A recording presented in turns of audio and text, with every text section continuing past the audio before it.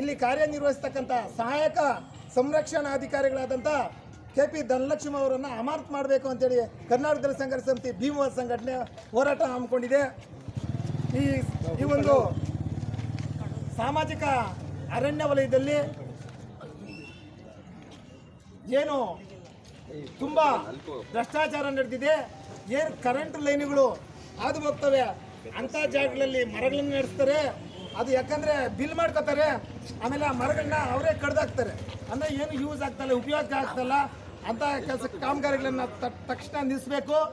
ಮತ್ತು ಮಾಸ್ತೇನಹಳ್ಳಿ ಗ್ರಾಮ ಪಂಚಾಯತಿ ವ್ಯಾಪ್ತಿಯಲ್ಲಿ ರೋಡ್ ಸೈಡು ಏನು ತಮ್ಮ ಈ ಇಲಾಖೆಯಿಂದ ಸಾಮಾಜಿಕ ಅರಣ್ಯ ಉಪವಿಭಾಗ ಇಲಾಖೆಯಿಂದ ರೋಡ್ ಸೈಡ್ ಮರಗಳು ನಡೆಸಿದ್ದಾರೆ. ಮರಗಳು ನೆಟ್ಬಿಟ್ಟು ಸಸಿಗಳು ನೆಟ್ಬಿಟ್ಟು ಅದಕ್ಕೆ ನಿರ್ವಹಣೆಗೆ ಕಾಸು ಕೊಡ್ತಾರೆ ಇಷ್ಟು ವರ್ಷ ಅಂತ. ಆದರೆ 2 ಟೈಮ್ ಮಾಡಿದರೆ ಇವತ್ತು ಯಾವುದೋ ಒಂದು ಮರ ಇಲ್ಲ ಮಾಸ್ತೇನಹಳ್ಳಿ ಗ್ರಾಮ ಪಂಚಾಯತಿ ವ್ಯಾಪ್ತಿಯಲ್ಲಿ. ಅದನ್ನು ನಾವು ಖಂಡಿಸ್ತೇವೆ. ಆ ಒಂದು ಯಾರು ಬಿಲ್ಗಳು ಮಾಡಿದರೆ ಅವ್ರ ಮೇಲೆ ಕಾನೂನು ಕ್ರಮ ಆಗಬೇಕು. ಮತ್ತೆ ಅದೇ ಮಾಸ್ತೇನಹಳ್ಳಿ ಗ್ರಾಮ ಪಂಚಾಯತಿಯಲ್ಲಿ ಒಂದು ಕಾಮಗಾರಿಯಲ್ಲಿ ಏನಾಗಿದೆ, ನರೇಗಾದಿಂದಲೂ ಏನು ಹಣ ಮಂಜೂರು ಮಾಡಿದ್ದಾರೆ, ಮತ್ತು ತಮ್ಮ ಇಲಾಖೆಯಿಂದ ಮಂಜೂರು ಮಾಡಿದ್ದಾರೆ. ಅದನ್ನು ಸಮಗ್ರವಾಗಿ ತನಿಖೆ ಮಾಡಬೇಕು. ಮತ್ತು JCBಗಳನ್ನು ಏನು ಬಳಸ್ತಾರೆ, ಆ JCBಗಳನ್ನು ಬಳಸೋದನ್ನು ತಕ್ಷಣ ನಿಲ್ಲಿಸಬೇಕು. ಮತ್ತೆ ಇದೇ ಕೋಲಾರ ತಾಲೂಕು ಸುತ್ತೂರು ಹೋಬಳಿ ನಾಗನಾಳ ಸರ್ವೆ ನಂಬರ್ 42 ಮತ್ತು ಉರುಳಿ ಗ್ರಾಮ ಪಂಚಾಯತಿ 54ರಲ್ಲಿ ಸಾಮಾಜಿಕ ಅರಣ್ಯ ವಲಯ ಇದೆ, ಪ್ರದೇಶ ಇದೆ. ಅದೇ ಪ್ರದೇಶದಲ್ಲಿ ವನ್ಯಜೀವಿಗಳು ಚಿರತೆ ಆಗ್ಬೋದು, ಜಿಂಕೆ ಆಗ್ಬೋದು, ಕಾಡೆಂದೆ ಆಗ್ಬೋದು, ನವಿಲುಗಳಾಗ್ಬೋದು ಎಲ್ಲ ಇದ್ದಾವೆ, ಹಲವಾರು ವನ್ಯಜೀವಿಗಳಿದ್ದಾವೆ. ಆದರೆ ಇವರು ಅಲ್ಲಿ ಕಲ್ಲುಗಣಿಗಾರಿಕೆಗೆ ರೆಗ್ಯುಲರ್ ಫಾರೆಸ್ಟರ್ ಆಗ್ಬೋದು, ಇವ್ರು ಹೇಳ್ತಾರೆ ರೆಗ್ಯುಲರ್ ಫಾರೆಸ್ಟರು NOC ಕೊಟ್ಟಿದ್ದಾರಂತ. ಆದರೆ ಇವ್ರಿಗೆ ಸಂಬಂಧ ಇರ್ತದೆ. ದಯವಿಟ್ಟು ಅಲ್ಲಿ ಏನು NOC ಕೊಟ್ಟರೆ ಜಲ್ಲಿ ಕ್ರಷರ್ಗಳು ಮತ್ತು ಕ್ವಾರಿಗಳು ನಡೆದ್ರೆ ವನ್ಯಜೀವಿಗಳಿಗೆ ತೊಂದರೆ ಆಗ್ತದೆ, ಅಲ್ಲಿರೋ ಕಾಡು ನಾಶ ಆಗ್ತದೆ ಅನ್ನೋ ಅರಿವಿಲ್ಲದೆ NOC ಕೊಟ್ಟರೆ ಇವರು ಅವ್ರು ರೆಕಮೆಂಡ್ ಮಾಡ್ಬೋದಾಗಿತ್ತು, ಮಾಡಿಲ್ಲ. ಅದರಿಂದ ಅಲ್ಲಿ ಸುತ್ತಮುತ್ತಲು ರೈತರಿಗೆ ತೊಂದರೆ ಆಗ್ತಾಯಿದೆ, ವಿಶೇಷವಾಗಿ ವನ್ಯಜೀವಿಗಳಿಗೆ ತೊಂದರೆ ಆಗ್ತದೆ. ಅವ್ರೇನಾದ್ರು ಬ್ಲಾಸ್ಟ್ ಮಾಡಿದಾಗ ಅಲ್ಲಿರೋ ನವಿಲುಗಳಾಗ್ಬೋದು, ಬೇರೆ ಪ್ರಾಣಿಗಳಾಗ್ಬೋದು, ನಾವು ಅದೇ ಹಳ್ಳಿಯವರು ಪಕ್ಕದಲ್ಲೇ ಇರೋದು ಹಳ್ಳಿಯವರು ಕಿರಿಸ್ತವೆ. ಆ ನೋವುಗಳು ಯಾರಿಗೆ ಹೇಳ್ಕೊಳ್ಳೋದು? ಫಾರೆಸ್ಟ್ ಏನಕ್ಕಿರೋದು? ಅದು ಸಂರಕ್ಷಣೆ ಮಾಡಬೇಕಲ್ವಾ? ಅಲ್ಲಿ ಫೈಲ್ಯೂರ್ ಆಗಿದ್ದಾರೆ. ಮತ್ತು ಇಲ್ಲಿ ವಿಶೇಷವಾಗಿ ಇಲ್ಲಿ ಗುತ್ತಿಗೆದಾರರು ಇರ್ತಾರೆ.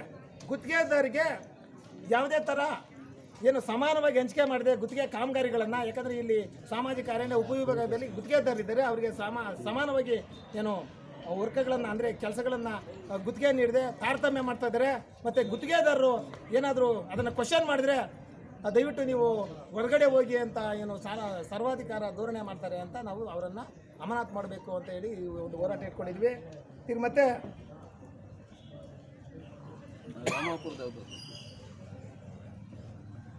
ಮತ್ತೆ ಕಾಮಗಾರಿಗಳಿಗೆ ವಿವಿಧ ವಲಯಗಳಲ್ಲಿ ರಸ್ತೆ ಬದಿ 139 ಯೋಜನೆಯಡಿಯಲ್ಲಿ 3ನೇ ವರ್ಷದ ರಸ್ತೆ ಬದಿ ದುರದೋಪ ನಿರ್ವಹಣೆ ಕಾಮಗಾರಿಗಳಿಗೆ ಹಾಗೂ ಅರಣ್ಯೀಕರಣ ಕಾಮಗಾರಿಗಳ ಅನುಷ್ಠಾನಕ್ಕೆ ಸಂಬಂಧಿಸಿದಂತೆ 2020ರಿಂದ 25ರವರೆಗೆ ನಮಗೆ ಏನು ಅನುಮೋದನೆಗೊಂಡಿರುವ ಕ್ರಿಯಾ ಯೋಜನೆ ಪಟ್ಟಿ ಮತ್ತು ಅಂದಾಜು ಪಟ್ಟಿ ಮಾಹಿತಿ ನೀಡಬೇಕು. ಯಾಕಂದರೆ ಇಲ್ಲಿ ಭ್ರಷ್ಟಾಚಾರ ನಡೆದಿದೆ, ಅದರ ಮಾಹಿತಿ ನೀಡಬೇಕು. ಮತ್ತು ಏನು ಗುತ್ತಿಗೆದಾರರು ನಾರಾಯಣ ಸ್ವಾಮಿ ಮೇಲೆ ಏನು ಇಲ್ಲಸಲ್ಲದ ಆರೋಪಗಳು ಮಾಡಿ ಅವರಿಗೆ ಏನು ತಾರತಮ್ಯ ಮಾಡೋದು, ಆ ಕಾಮಗಾರಿಗಳಲ್ಲಿ ವಂಚನೆ ಮಾಡೋದು, ಏನು ಇಲ್ಲಿ ಭ್ರಷ್ಟಾಚಾರ ತುಂಬಿರ್ತದೆ ಅಂತ ಹೇಳ್ತಾ ಇದ್ರೆ ಅವರು ಆಫೀಸಾಗಿ ಬಂದಾಗ ದಯವಿಟ್ಟು ಗೌರವವಾಗಿ ಮಾತಾಡಿಸ್ಬೇಕು. ಗುತ್ತಿಗೆದಾರರೇ ಅಲ್ಲ, ಯಾರೇ ಸಾರ್ವಜನಿಕರು ಫೋನ್ ಮಾಡಿದ್ರೆ ಕ್ಲೀನಾಗಿ ರೆಸ್ಪಾನ್ಸ್ ಮಾಡ್ತಾ ಇಲ್ಲ. ಇವರೇ ನೆಟ್ಟಿರ್ತಾರೆ, ಆದರೆ ಕಳ್ಳಕಾಕರು ಮರಗಳು ಕಡಿತಾ ಇರ್ತಾರೆ. ಫೋನ್ ಮಾಡಿದ್ರೆ ಯಾರು ಫೋನ್ ಎತ್ತಲ್ಲ. ಯಾರು ಅಲ್ಲಿ ಸಂಬಂಧಪಟ್ಟ ಇರ್ತಾರೆ, ಏನೋ ಅರಣ್ಯ ಪ್ರದೇಶನ ಕಾಯಕ್ಕೆ ಇವ್ರ ಇಲಾಖೆಯಿಂದ ಸರ್ಕಾರದಿಂದ ಸಂಬಳ ಕೊಟ್ಟು ಅಲ್ಲಿ ಕಾಯ್ತಾ ಇರ್ತಾರೆ. ಆದರೆ ಅವರು ಸಮರ್ಪಕವಾಗಿ ಕೆಲಸ ಮಾಡ್ತಲ್ಲ. ಈ ಎಲ್ಲ ಕಾರ್ಯ ಇವು ಹಕ್ಕೋತಾಗ್ಲಿಟ್ಕೊಂಡು ಕರ್ನಾಟಕ ದಲಿತ ಸಂಘರ್ಷ ಸಮಿತಿ ಭೀಮವಾದ ಸಂಘಟನೆ ಹೋರಾಟ ಮಾಡಿರ್ತದೆ.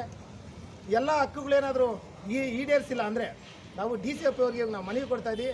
ಈ ಹಕ್ಕುಗಳನ್ನು ಈಡೇರಿಸದೆ ಹೋದ ಪಕ್ಷದಲ್ಲಿ ನಾವು DC ಆಫೀಸ್ ಮಾಡೋದಿಲ್ಲ, ಡೈರೆಕ್ಟಾಗಿ ಏನು ಪ್ರಧಾನ ಕಚೇರಿ ಮುಂದೆ ಬೆಂಗಳೂರಲ್ಲಿ ಹೋರಾಟ ಮಾಡ್ತೀವಿ, ಇಲ್ಲಾಂದರೆ ಏನು ಫ್ರೀಡಮ್ ಪಾರ್ಕಲ್ಲಿ ಹೋರಾಟ ಮಾಡ್ತೀವಿ ನಮ್ಮ ಸಂಘಟನೆಯಿಂದ ದೊಡ್ಡ ಮಟ್ಟದಲ್ಲಿ ಅಂತ ಹೇಳ್ತಾ, ಅದಕ್ಕೆ ಅವ್ರಿಗೆ ಎಚ್ಚರಿಕೆ ಕೊಡೋ ಒಂದು ಉದ್ದೇಶಪೂರ್ವಕವಾಗಿ ನಾವು ಸಾಂಕೇತಿಕ ಧರಣಿಯನ್ನು ಹಮ್ಮಿಕೊಂಡು ಈ ಒಂದು ಹೋರಾಟದ ಮೂಲಕ ಈ ಒಂದು ಹಕ್ಕೋತ್ತಾಯಗಳನ್ನು ನಾವು ಮಾನ್ಯ DCF ಸರ್ ಅವರಿಗೆ ನಾವು ಸಂಘಟನೆ ವತಿಯಿಂದ ಮನವಿ ನೀಡ್ತಾ ಇದ್ದೀವಿ. ಅತಿ ಜರೂರಾಗಿ ನಾವು ಏನೇನು ಬೇಡಿಕೆ ಕೊಟ್ಟಿದ್ದೀವೋ ಇಲ್ಲಿ ಗುತ್ತಿಗೆದಾರರಿಗೆ ಏನು ಕಿರುಕುಳ ಕೊಡ್ತಾ ಇದ್ದಾರೋ ಮತ್ತು ಸರ್ವಾಧಿಕ ಧೋರಣೆನ ಅತಿ ಜರೂರಾಗಿ ತನಿಖೆ ಮಾಡಿ ಅವ್ರ ಮೇಲೆ ಕಾನೂನು ಕ್ರಮ ಕೈಗೊಳ್ಳಬೇಕಂತ ನಾವು ಮನವಿ ಕೊಡ್ತಾ ಇದ್ದೀವಿ. ಇವರ ಮುಖಾಂತರ ನಾವು ಯಾರು ಕೊಡ್ತಾ ಇದ್ದೀವಿ ಅಂದರೆ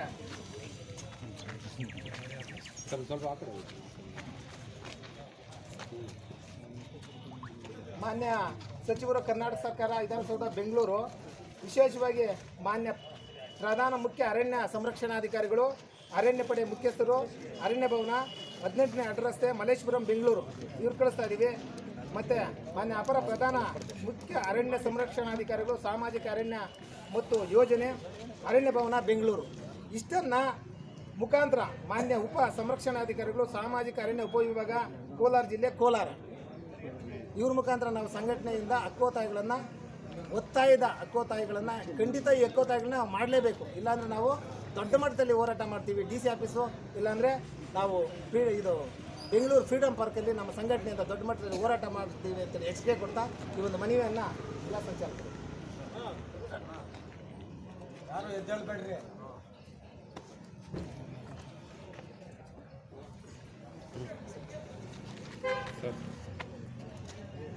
ರಮೇಶ್ ಸ್ವಲ್ಪ ನಗು. ರಮೇಶ್ ಸ್ವಲ್ಪ ನಗಪ್ಪ.